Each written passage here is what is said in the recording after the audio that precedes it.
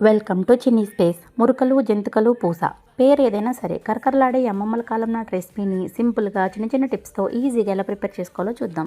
దీనికోసం ముందుగా ఒక బౌల్లో 4 కప్పుల వరిపిండి, 2 కప్పుల శనగపిండి, 2 స్పూన్ల వాము, 2 స్పూన్ల నువ్వులు, 2 స్పూన్ల కారం, 2 స్పూన్ల సాల్ట్ వేసుకోవాలి. అల్లం వెల్లుల్లి జీలకర్రని మెత్తగా పేస్ట్ చేసి దాన్ని స్ట్రెయిన్ చేస్తే వాటర్ వస్తాయి. అవి ఒక హాఫ్ టీ గ్లాస్ తీసుకోవాలి. ఇది వేస్తే టేస్ట్ చాలా బాగుంటుంది. ఒక టీ గ్లాస్ వేడి చేసిన నూనె లేదా నెయ్యిని కూడా కలపాలి. అప్పుడే జంతికలు క్రిస్పీగా మరియు సాఫ్ట్గా వస్తాయి. పిండిని ఇలా కలుపుకొని పక్కన పెట్టుకోవాలి. నేను ఈ ఎలక్ట్రిక్ పూస మిషన్ని తీసుకున్నానండి.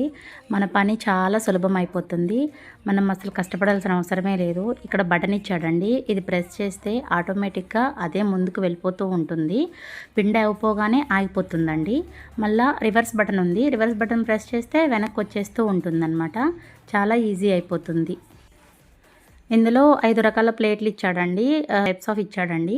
మీకు ఏది కావాలంటే అది వేసుకోవచ్చు. ఇది ఎలా ఇన్సర్ట్ చేయాలో చూపిస్తున్నాను. ముందు వెనకాల మనకి ఏది కావాలో అది పెట్టుకొని దీన్ని వెనక బాగా టైట్ చేసుకోవాలి. ఈ మిషన్కి ఇలా ఫిక్స్ చేసుకోవాలండి. ఇప్పుడు ఇందులో కొంచెం పిండి వేసి ఎలా వేయాలో నేను చూపిస్తాను మీకు. ఇలా పిండి ఇన్సర్ట్ చేసుకున్న తర్వాత మిషన్కి ఇక్కడ ఇచ్చిన దాంతో లాక్ చేసుకోవాలి. బటన్ ప్రెస్ చేస్తే అంతేనండి. మొత్తం పిండి మెల్లగా మనకి ఏ డిజైన్ కావాలో మనం ముందుగా పెట్టుకున్నాం కదా, అదే పడుతూ ఉంటుంది. ఇలా మొత్తం అన్నీ క్లాత్ మీద వేసుకోవాలి. మీరు డైరెక్ట్గా ఆయిల్లో కావాలన్నా కూడా వేసుకోవచ్చు. అంతేనండి. ఇలా అన్నీ వేసుకున్న తర్వాత మరుగుతున్న ఆయిల్లో ఈ పూసని మెల్లమెల్లగా తీసుకుంటూ మంచిగా వేయించుకోవాలి. మీడియం ఫ్లేమ్లో కాకుండా హై ఫ్లేమ్లో పెట్టుకోవాలండి. మాడకుండా అప్పుడప్పుడు కలుపుకుంటూ ఉండాలి. ఆ వేగిన జంతికల్ని ఒక ప్లేట్లోకి తీసుకుంటే ఎంతో క్రిస్పీ అండ్ టేస్టీ మురుకులు లేదా జంతికలు రెడీ అయిపోయినట్టే. వీడియో నచ్చితే ఒక లైక్ చేయండి. Thank you for watching.